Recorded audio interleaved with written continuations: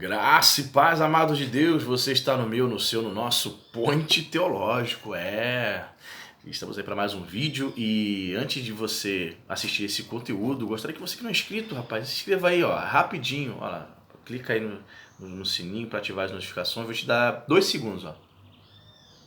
Valeu, isso, valeu, obrigado.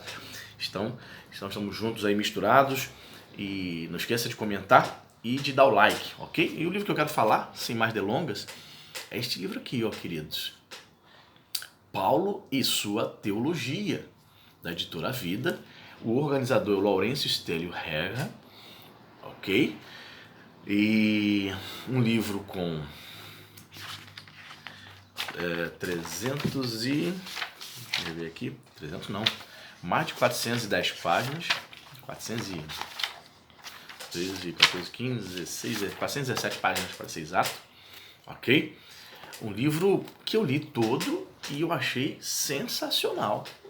Talvez assim, uma das melhores obras que eu tenha lido sobre Paulo. Muito prático, muito didático, muito de fácil compreensão e profundo. O Stélio Herra é organizador, tem vários pastores, teólogos, né? Em cada capítulo escrevendo o seu tema, o seu artigo. Então vou dar só uma lidinha rapidinho aqui para você perceber. Paulo e sua teologia é uma alquimia infalível para produzir um livro singular, a união de líderes, pensadores evangélicos e teólogos.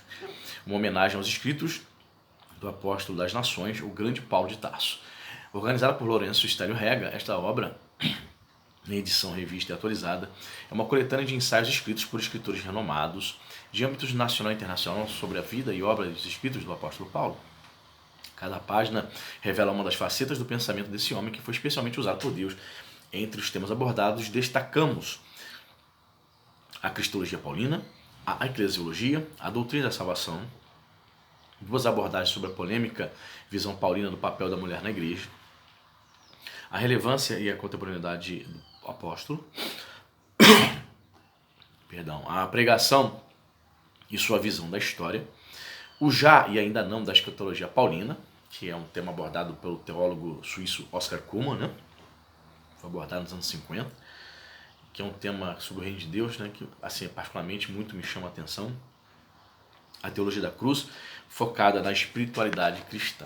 Então, é um livro com mais de 400 páginas, dividido aí em 12 capítulos, ok? 12 capítulos. Vamos aqui a parte relevância. A relevância e contemporaneidade de Paulo. Vou te mostrando aqui a letra para você perceber que é uma letra confortável, um livro gostoso de ler. Uma linguagem tranquila. Tá? Prefácio de nada mais, nada menos do Dr. Mestre, Dr. Russell Shedd. Seu prefácio foi prefaciado por ele, né? Faleceu ano passado. Então, o sumário, ele se divide assim, ó. Capítulo 1, relevância e contemporaneidade de Paulo. Quem faz esse artigo e escreve é o Isaltino Gomes Coelho Filho. Capítulo 2, Paulo e o Ministério Pastoral, mentoreamento. Um dos capítulos assim que mais me chamou a atenção. Por David Edward Confield. Não é brasileiro, né? 3, a ética em Paulo. O próprio Stélio Herra escreve, o organizador. 4, a doutrina da salvação anunciada por Paulo por Richard Júlio Sturz.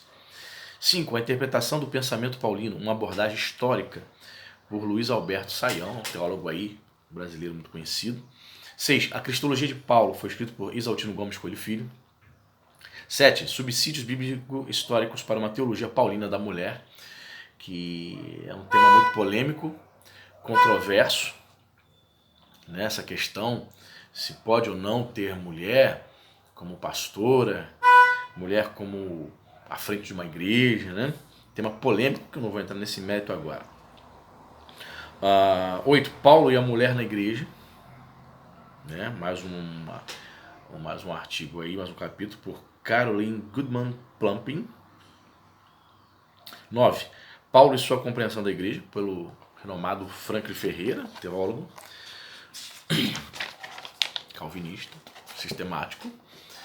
10. Paulo e a pregação da palavra, por Gilto Moraes de Castro. 11. A presença do futuro, o já e o ainda não, na escatologia paulina, por Stephen Boyd Nash. 12. Teologia Crucis, um princípio da espiritualidade paulina. Eu vou, por uma questão de inclinação, porque eu gosto muito desse tema, eu vou só ler um trecho para você, do capítulo 11, página 293. O já e ainda não, na escatologia paulina. Só um trechozinho. Ele diz assim, aqui o capítulo começa assim. Excepcional livro, gente. Diz assim, na condição de pessoa relativamente recém-chegada à educação teológica no Brasil, é uma honra ser convidado para contribuir para este livro em homenagem ao pastor Irlan Pereira de Azevedo. É um desafio considerável escrever para um Fat Thrift. Você está ouvindo meu vizinho aí buzinando exatamente na hora da gravação, mas amém. É um desafio considerável escrever para um Fast Thrift, que trata de vários aspectos do pensamento e da doutrina de Paulo. Um artigo sobre escatologia. Como fazer isso sem adentrar as áreas abordadas pelos demais colaboradores? Creio ser difícil pensar em qualquer aspecto do sistema de crenças de Paulo que não esteja de alguma maneira envolvido por sua escatologia. No pensamento de Paulo, tanto a soteriologia quanto a pneumatologia e a cristologia estão entrelaçadas. Já vou dar um pulo aqui para você. Tá. Diz assim, meu propósito neste ensaio não é expor o que entendo como concepção de Paulo sobre os eventos futuros, uma linha de tempo da história da redenção futura. Também não desejo apresentar um estudo amplo de várias ênfases da escatologia paulina. As limitações de espaço exigem seletividade, mesmo com relação ao número de passagens que podemos abordar. Assim, o que apresento por meio de alguns exemplos representativos é a penetração da perspectiva escatológica nos escritos de Paulo relativamente à tensão do já e do ainda não. Também abordo, ainda que brevemente, as implicações práticas dessa compreensão das últimas coisas com respeito à vida cristã aqui e agora. Uma vez que a teologia de Paulo sempre foi prática, também sempre deve fazer diferença na vida do crente, e a escatologia não é exceção. Então, para você que nunca ouviu essa expressão, está chegando agora, começando a estudar agora básica em teologia, ou até mesmo já está aí no primeiro ano bacharel, mas nunca ouviu essa expressão, já ainda não, é um termo que foi aí cunhado pelo teólogo suíço Oscar Cullmann. Ele tem um livro escrito chamado, duas obras excepcionais dele, né? Cristo e o Tempo, que pelo que eu sei não é mais publicado, se você encontrar alguma coisa na internet é em sebo, edições antigas. Cristo e o Tempo, que é uma obra fantástica, eu até hoje não encontrei para comprar. E a obra que eu tenho, né, da editora Ragnos, Cristologia do Novo Testamento, que é uma obra-prima também. E ele cunha, traz essa expressão, já ainda não, falando do reino de Deus, assim, de forma bem sintética, grosso modo, vou falar com você, é que a expressão o já ainda não, uma referência ao reino de Deus.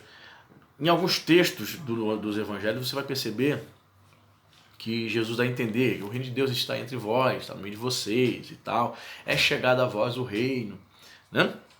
Então expressões como esta designam, por exemplo, que o evangelho, quando está sendo pregado, há uma manifestação do reino de Deus ali presente. O reino de Deus é o já. Quando uma pessoa, você ora para uma pessoa, aquela pessoa é curada, quando você prega o evangelho, aquela pessoa é transformada, é liberta dos vícios, é liberta dos seus pecados. Você vê o já do reino presente se manifestando. Quando, por exemplo, eu costumo explicar dessa forma, quando, por exemplo, você é um salvo, você entende que você é um salvo, você tem o Espírito Santo, como diz João 6,47, né? Jesus disse, vós tendes a vida eterna. Então a vida eterna é uma realidade na nossa vida, mas a despeito de tudo isso, de sermos morada do Espírito, de termos a vida eterna, você vê ainda presente alguns elementos que só deixarão de existir na eternidade, como por exemplo, nós somos suscetíveis à morte física, somos suscetíveis à enfermidade, somos suscetíveis ao envelhecimento. A cada ano você percebe que as rugas vão aparecendo mais. Aí eu costumo dizer que o ainda não passa a valer. Oscar Cullmann dizendo que a plenitude do reino de Deus, de fato, só virá no porvir. Então isso tem envolvimento aí, tem envolvido a questão escatológica de Paulo. É um tema assim, muito interessante. E o autor aqui, esse livro vai dar uma visão panorâmica. Tem um capítulo que vai falar sobre essas essa questão, ok? Então temos aí mais uma dica para você, Paulo e sua teologia, um dos melhores livros que eu li sobre Paulo, irmãos. Olha, eu gostei muito, muito interessante. Daqui eu extraí alguns sermões que eu preguei no meu ministério pastoral, assim, que foram bênção para mim. E trouxe assim muitos insights de mensagens, de sermões, foi bênção.